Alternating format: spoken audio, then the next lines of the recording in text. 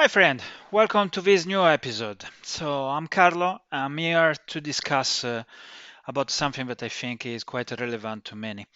And so is about cloud security. And in the specific, we all know that if you want to design something in cloud, each cloud service provider is having something specific to themselves. And if there is any reference to be adopted, it's for sure the cloud service provider one.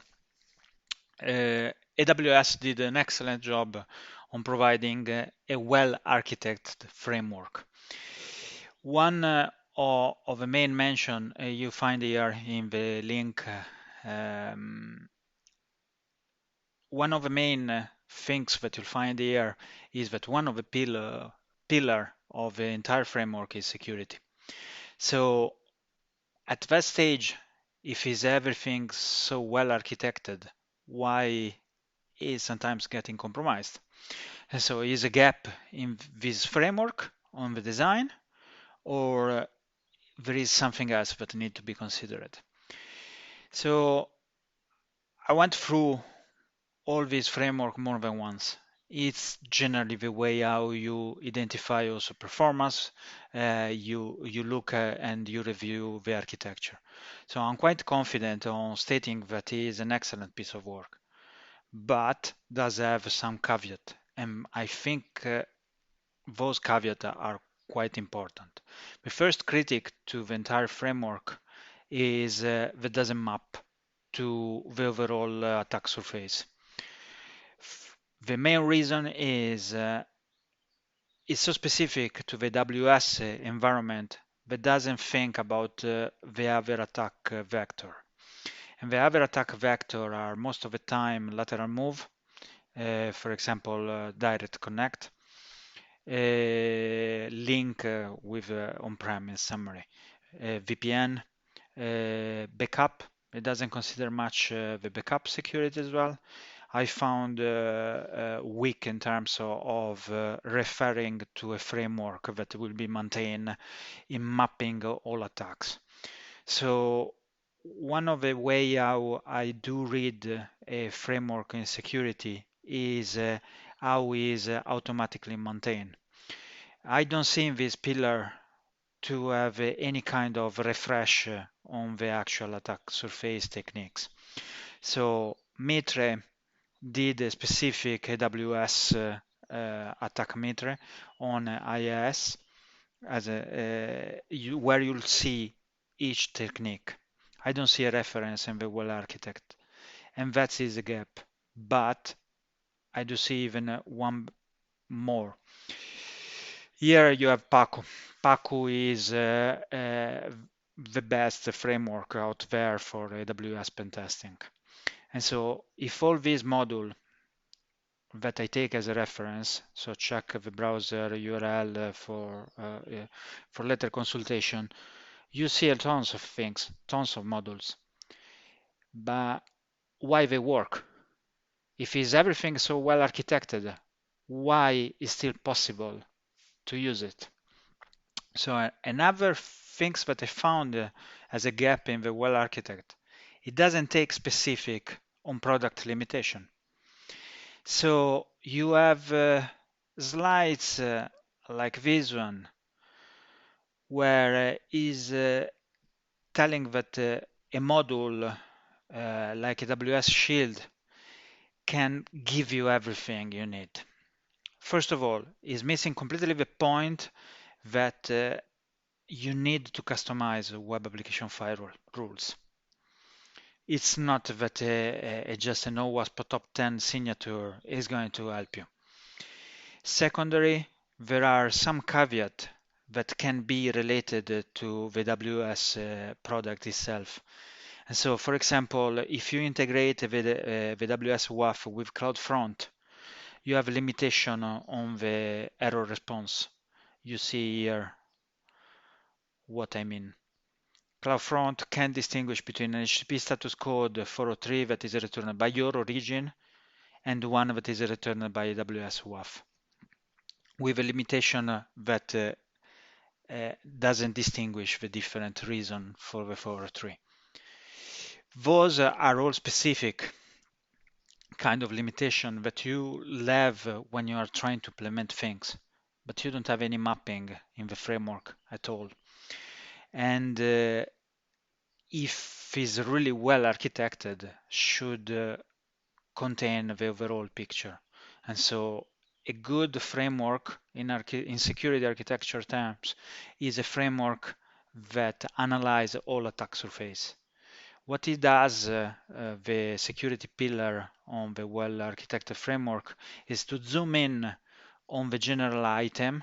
In fact, if you see the five pillar, the second one is security, but the specific is only about security foundation, identity detection, infrastructure protection, data protection, and incident response. It's a good overall global view, but it's not all at all. So there are links to documentation, to other videos. It is brilliant, but it's just touching so lightly forensics. That's a big portion. A big portion because if you do forensics, you should also look at the chain of custody. But if you do the chain of custody, one of attack, for example, that Paco give you is any way to look and try to work on backup. So I see all these topics too lightly touched by the documentation. Another problem is lateral move is not seen in the overall, and there is no mention, for example, of API. When AWS started, you had something really funny where all services in AWS were having public API. And so you could find yourself having a private API, contacting a public API to come back again private. It's not anymore the case, but it doesn't mean that you don't have out there something like that. There is not even mention on these main architecture changes that are based on the product specific. One of the issue that you are having is also that everything is so product centric. So one of the mention is, okay, guard duty will spot everything.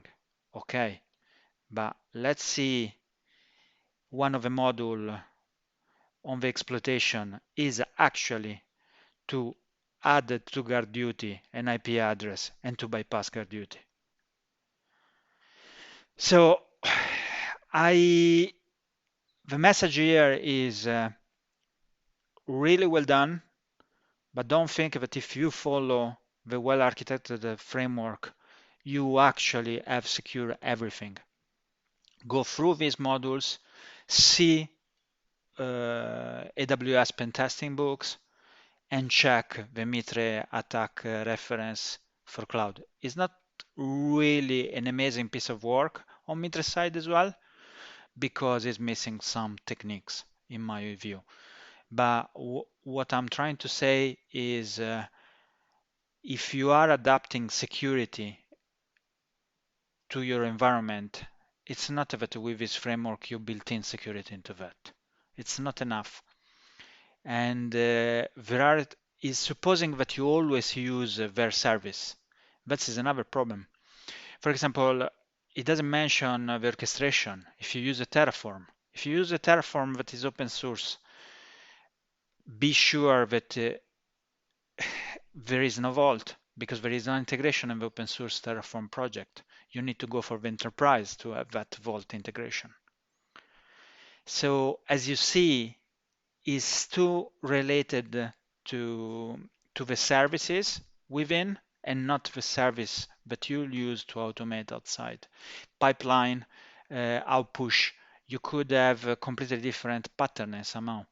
So CI/CD conversation should be on a side, but is actually strictly relevant to the overall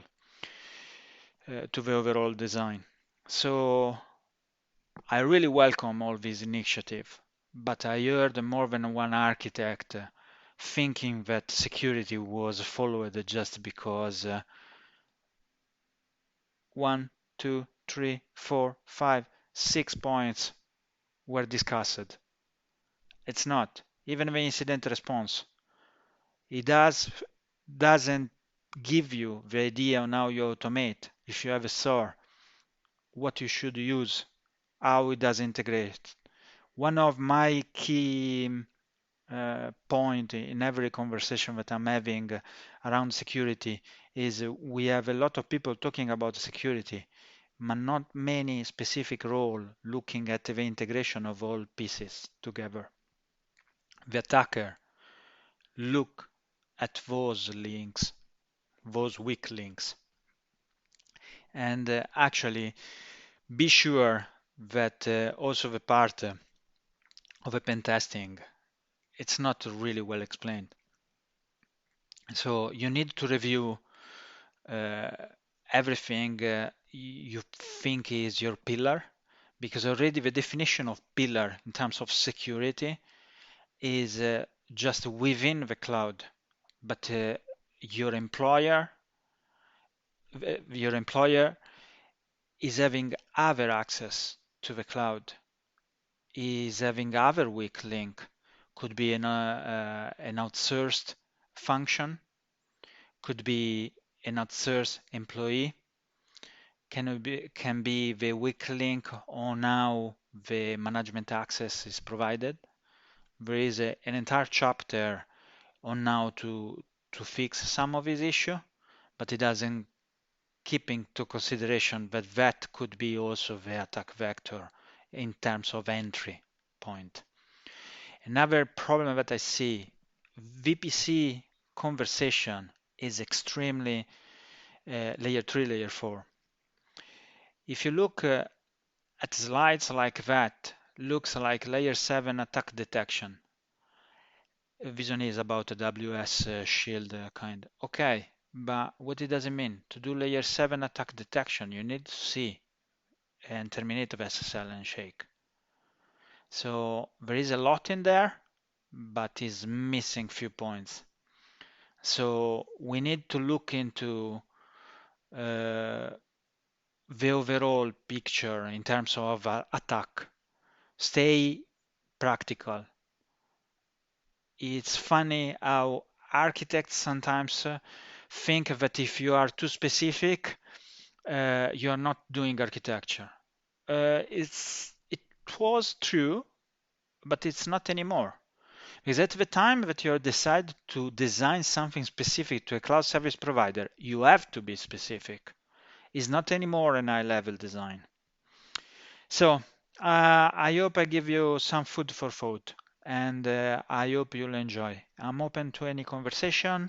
Feel free to post, ask me question, and as you see, all channel is to give a brief overview of a different point of view into the industry.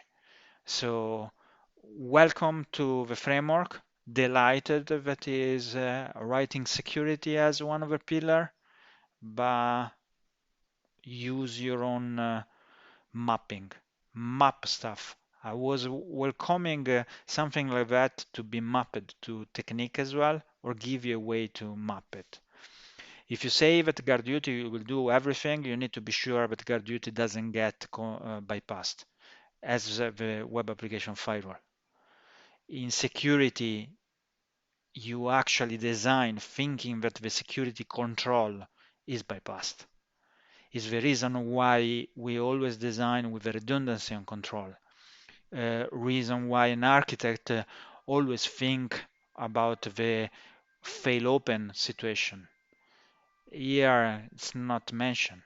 And another big issue that I see, everybody think, okay, it's in cloud, is redundant, is done. No, you need to have a business continuity conversation as well. You are an architect, and so you should include that. You can't consider that just because it's cloud is redundant. You should have also a disaster recovery conversation linked to Vason. So I hope you enjoyed the food for thought. Let me know. I'm here and posting soon. So subscribe and you receive notification when I post something new. And if you want my opinion about the industry on Amazon, you'll find my paper. Okay, take care. Cheers. Bye bye.